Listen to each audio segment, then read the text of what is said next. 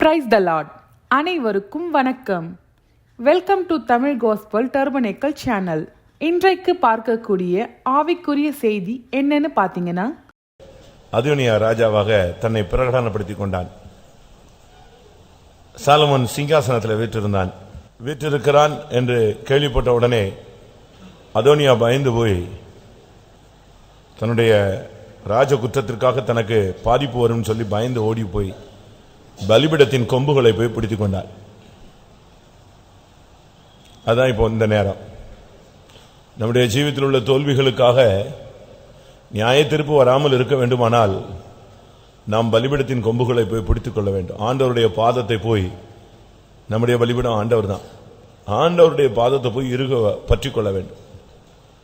அப்ப சாலமோன் கேட்டான், எங்க அதோனியா எங்கன்னு கேட்டான். அப்ப அவங்க சொன்னாங்க, அவன் தேவாலயத்தில் ஓடி போய் பலிபீடத்தில் இருக்கிற கொம்பை பிடிச்சிக்கிட்டான். ஏன்னா பலிபீடத்தில் கொம்பை ஒருத்தன் பிடிச்சிட்டான்னா அவனை ஒன்றும் என்ன செய்ய முடியாது, பண்ண முடியாது. நியாய தீர்ப்பு கடுமையாக இருந்தால்தான் பலிபீடத்தில் போய் அவனை கொல்ல முடியும், மற்றபடி அவனை ஒன்றும் பண்ண முடியாது. ஏன்னா அவன் தேவாலயத்தில் அவனை கொல்லக்கூடாது இல்லையா. அவன் ஓடி போய் அதை பிடிச்சிட்டான், இருங்க பிடிச்சிட்டான். அப்ப அவன் சொல்றான், சரி இனி அவன் யோகியன் என்று நடந்து கொண்டால் அவன் தலையில் உள்ள மயிர் நிசையில் ஒன்று கூட கீழே விழாது. இந்த கூட்டம் கடைசி கூட்டம்.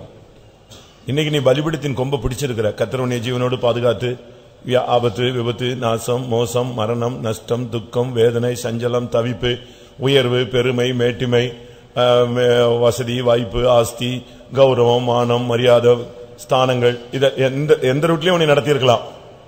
ஆனா இன்னைக்கு நம்முடைய ஜீவித்தில் உள்ள குறைகளுக்காக நாம் மனஸ்தாபப்பட்டு கர்த்தருடைய பாதத்தில் விழுந்து கிடக்கிற ஒரு நேரம். இப்ப நாம் பலிபீடத்தின் கொம்பை பிடிச்சிருக்கிறோம். நமக்கு இந்த வருஷத்துல இந்த நியாய தீர்ப்பு இல்லாமல் நான் தப்ப வேண்டுமானால் இதுவரைக்கும் நம்ம செய்த தவறுகளுக்கு இப்ப அனனியா சப்பீரா ஒரு பொய் சொன்னாங்க. நியாய தீர்ப்பு என்ன?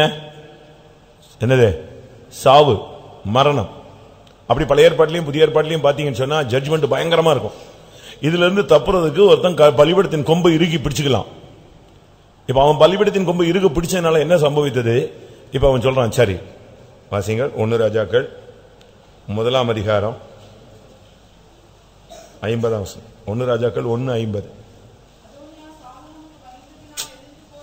பலிபீடத்தின் கொம்புகளை பிடித்துக் கொண்டான். அவன் ஓடி போய் எதை பிடிச்சிட்டான்? பலிபீடத்தின் கொம்புகளை பிடித்துக் கொண்டான். அடுத்த வசனம்.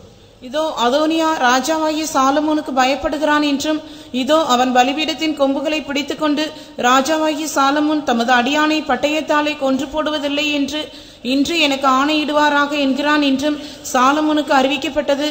அப்பொழுது சாலமோன், அவன் யோகியன் என்று விளங்க நடந்து கொண்டால் அவன் தலைமயிரில் ஒன்றும் தரையிலே விழப்போகிறது. அவன் யோகியன் என்று என்ன செய்யணும்?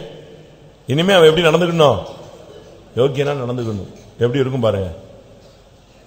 நீங்க இன்னைக்கு இது சும்மா ஒரு சுத்திருப்பு கூட்டம் மாத்திரம் இல்ல, அடுத்த ஒரு டெசிஷன், அடுத்து நீ ஒரு நல்ல ஒரு தீர்மானம் எடுத்து என்ன செய்யணும்? இனிமே நான் யோகியனா நடந்துக்கலாம் ஆண்டவரே. எபிரேயர்ல வாசிங்க, நாங்கள் எல்லா விதத்திலும் யோகியமாய் நடக்க பிரயாசப்படுகிறோம். எபிரேயர் 13. எங்களுக்காக வேண்டிக் கொள்ளுங்கள், நாங்கள் நல்மனசாட்சியுள்ளவர்களாய் எல்லாவற்றிலும் யோகியமாய் நடக்க விரும்புகிறோம் என்று நிச்சயித்துக் கொள்ளணும். இன்னைக்கு இந்த கூட்டத்தில் நீ செய்ய வேண்டியது அப்போஸ்தலனாகிய பவுலுடைய ஒரு காரியம்.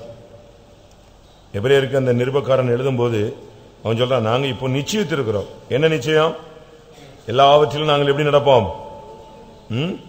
யோக்கியமாய் நடப்போம், நடக்க விரும்புகிறோம் என்று நாங்கள் நிச்சயம். இனிமே இந்த காரியங்களை தலையிடக்கூடாது, இந்த காரியத்தில் யோக்கியமா இருக்கணும், உண்மையா இருக்கணும், உத்தமமா இருக்கணும் அப்படின்னு அவன் ஒரு தீர்மானம் எடுக்கிறான். இதைத்தான் சாலமோன் சொல்றார், அவன் யோக்கியனா நடந்துகிட்டா அவன் தலையில ஒரு முடிவுடைய நிச்சயாது கீழே விழாது. அப்ப இன்னைக்கு நீங்க சுத்திகரிப்பு மாத்திரம் அல்ல, நம்ம 6 கூட்டம் சுத்திகரிச்சிட்டோம். இப்ப நான் திரும்ப ஒரு சப்ஜெக்ட் சொல்லுவேன் ஆவியானவருடைய உதவியோடு.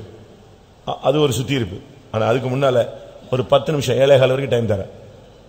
ஒருவேளை நீங்க 7வது கூட்டத்துக்கு தான் வந்திருக்கலாம், உங்களுக்கு பலவீனமா இருந்திருக்கலாம், பிசினஸா இருந்திருக்கலாம், டைம் கிடைக்காம இருந்திருக்கலாம், இதான் லாஸ்ட் சான்ஸா கிடைச்சு வந்திருக்கலாம். அதனால ஒரே நாள்ல உங்களை அவ்வளோத்தையும் டோஸ் ஏற்ற முடியாது. நான் டைம் தரேன், ஒரு 10 நிமிஷம் டைம் தரேன். முழங்கால போடுங்க, அழுங்க. உங்களுக்கும் தேவனுக்கும் உள்ள எல்லா கிளியரையும் எல்லா போராட்டங்களும் நினைச்சீங்க சரிப்படுத்துங்க. அதுக்கு பிறகு நான் ஒரு 1/4 மணி நேரம் வசனமோ 1/2 மணி நேரம் வசனமோ சொல்றேன். அதுக்கு பிறகு கர்த்தர்ட்ட இருந்து விடுதலையை பெற்று விடுதலை, ஜெயம், பரிசுத்தம், அதோட எளிமையுமே சமாதானமா என்ன செய்யலாம், வீட்டுக்கு போகலாம். 10 நிமிடம் டைம். வாலிபர்களும் சரி, வயதுகளும் சரி, ஊழியர்களும் சரி, விசுவாசிகளும் சரி, சுத்திகரிச்சவங்களும் சரி, சுத்திகரிக்கப்படாதவங்களும் சரி, இன்னும் ஏதாவது இருக்கா, பலிபீடத்தின் கொம்பை இறுக பிடிச்சுக்கோங்க. கர்த்தாவே என்னை நியாயம் திருக்கலங்கிறது நான் விசுவாசிக்கிறேன். என்ன நியாயம் திருத்தம் தான் நான் அழிஞ்சிருப்பேன், அழிஞ்சு போயிருப்பேன். என்ன நியாயம் தீர்க்கல, அப்ப நான் பலிபீடத்தின் கொம்பை இறுக பிடிச்சிருக்கிறேன். இனிமே நான் யோக்கியனா என்ன செய்வேன், நடப்பேன். அப்படி தீர்மானம் எடுத்து ஒப்பு கொடுத்து, ஏதாவது மனசுல துக்கத்துல எங்கேயாவது ஒரு ஆழத்துல இருள் கிடக்கான்னு பார்த்து தேடி பிடிச்சு அதை என்ன செய்யுங்க, வெளியே கொண்டு வாங்க. ஒரு 10 நிமிஷம். நான் அதாவது ஊழியக்காரங்க நடத்தி பின்படி நாங்க கண்ட்ரோல் பண்ணோம்னா அது ஒரு ஸ்டைல்ல போகும். 10 நிமிஷம் இப்போ உங்க ஸ்டைல்லயே உங்களுக்கும் ஆண்டவருக்கும் தனியா ஒரு தொடர்பை ஏற்படுத்திக்கிட்டு, நீங்களா இன்னும் ஏதாவது இருக்குமா இருக பற்றி கொண்டு பலிபீடத்தை இருக பிடித்துக் கொண்டு நாம் ஜெபிப்போம். ஹல்லேலூயா. கரெக்டா 10 மினிட்ஸ் நீங்க ஆண்டவருடைய பாதத்தில் விழுந்து நீங்களே உங்களை சரிப்படுத்தி, இன்னும் ஏதாவது எங்கேயாவது ஆண்டவரே எதுல நான் தவறினேன் அது எனக்கு சொல்லுங்க ஆண்டவரே, எங்கேயாவது நான் தடுமாறி இருக்கிறேனா, நீங்களே கேளுங்க. வாயை திறங்க, தலையை கவிழ்ந்து போடாதீங்க, அசதியா இருந்துடாதீங்க. நீங்களே தேவனை நோக்கி, தேவனும் நீங்களும் இடைபடுங்க. சத்துரு உள்ள வர இடம் கொடுக்காதிருங்க, வீண் சிந்தைகளுக்கு இடம் கொடுக்க வேண்டாம். ஒரு 10 நிமிடம் கர்த்தருடைய பலிபீடத்தை காலை பிடிச்சுக்கோங்க. ஆண்டவரே இசப்பா, அறிந்தோ அறியாமலோ, தெரிந்தோ தெரியாமலோ, என்னுடைய புத்தியினத்திலேயோ அறியாமலேயோ, அதிகாரத்திலேயோ ஆங்காரத்திலேயோ துணிகரங்களிலேயோ தெரியாமலோ எப்படியோ நான் ஏதாவது செய்திருந்தா கர்த்தாவே என்னை எப்படியாவது மன்னிச்சிருங்க ஆண்டவரே. இந்த வருஷத்தின் கடைசியோடு இந்த வருஷ பாவத்தினுடைய பிரச்சனை நீங்கிரணும்.